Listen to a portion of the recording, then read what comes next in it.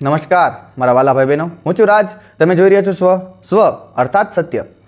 આજનો આપણે યુટ્યુબનો ટોપિક છે પ્રાચીન ભારતનો ઇતિહાસ. આપણે પ્રાચીન ભારતના ઇતિહાસ વિશે આજે વિસ્તૃત માહિતી મેળવીશું કે પ્રાચીન ભારતનો જે કાળ દરમિયાન હતો ત્યારે એને બે ભાગમાં વિભાજિત કરવામાં આવ્યો હતો. પ્રથમ ભાગ શું હતો? પ્રારંભિક વૈદિક કાળ, અને બીજો ભાગ હતો ઉત્તર વૈદિક કાળ. પ્રારંભિક વૈદિક કાળમાં ઘણા બધા વેદો લખાણા, ઘણી બધી સંસ્કૃતિ સ્થપાણી, ઘણા મંદિરો સ્થપાણા. જ્યારે ઉત્તર વૈદિક કાળમાં શું થયું? ઉપનિષદો અને ગીતા જેવી વસ્તુઓ લખાણી. પ્રારંભિક વૈદિક કાળમાં 4 વર્ણ, 4 જાતિઓ પાડવામાં આવી, જેમાં બ્રાહ્મણ, ક્ષત્રિય, વૈશ્ય અને શૂદ્ર.